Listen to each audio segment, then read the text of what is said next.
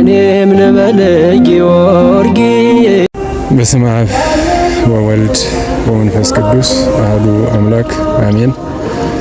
የተከበራችሁ የተወደዳችሁ የእግዚአብሔር ቤተሰቦች የሰማዕቱ የቅዱስ ጊዮርጊስ የቃል ኪዳን ልጆች ይህንን መልእክት በሩቅም በቅርብም ሆናችሁ የምታዳምጡ እንደዚሁም በቴሌግራም አካውንት ገብታችሁ የምትከታተሉ ይህን መረጃ ሁላችሁ የሰማዕቱ ቤተሰቦች እንደምን ዋላችሁ? እንደምን ሰነበታችሁ?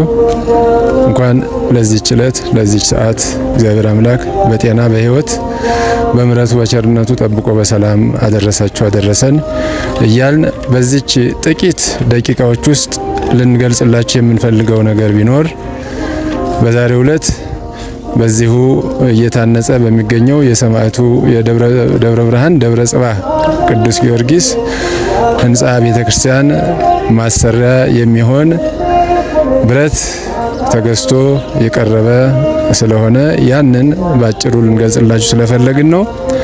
ካሁን በፊት ተከታተላችሁ ያያችሁ የሰማችሁ እንደገለጽ ነው ባለ 32 ብረት በ19 ሜትር ተኩል ላይ ግንባታው እየተካሄደ በሚገኘው ቦታ ላይ ወደ ላይ ለሚደረገው ግንባታ የዶም ተሸካሚ እና ወደ ታች ደግሞ የጣራውን ተሸካሚ የሆኑ ግዙፍ የሆኑ ኮለኖች ማለት ቢሞች እየተሰሩ ስለሆነ ለዚያ ስራ 350 ባለ 32 ብረት ተገዝቶ ቀርቦ ነበረ።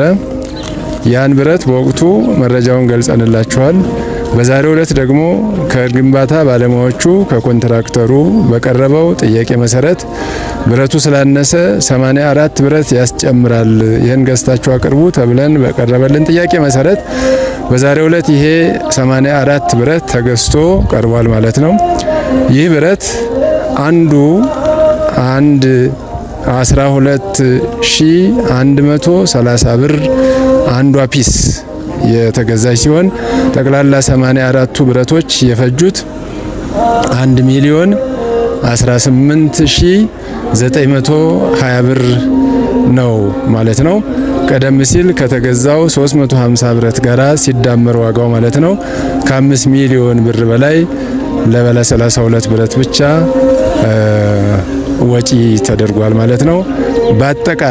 በአጠቃላይ እስካሁን ድረስ ይሄ ህንጻ ቤተክርስቲያን እዚህ ደረጃ ላይ እስከሚደርስ ድረስ ለተሰራው ስራና አሁን እየተሰሩት ላሉት ስራዎች ጠቅላላ የብረት ፍጆታችን 26 ሚሊዮን ብር በላይ ወጪ ተደርጓል ማለት ነው ለብረት ብቻ ሌሎችን ማቴሪያሎች ሳይጨምሩ።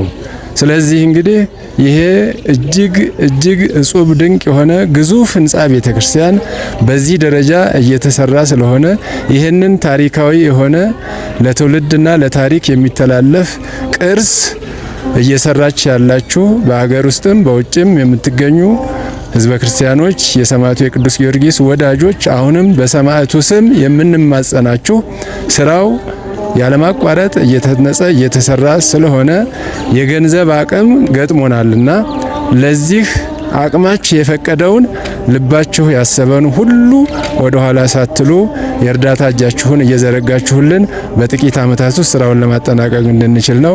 ለሁላችንም እግዚአብሔር ይርዳን። ወስብሐት ለእግዚአብሔር ወለወላዲቱ ድንግል ወለመስቀሉ ክቡር። ይቆየን።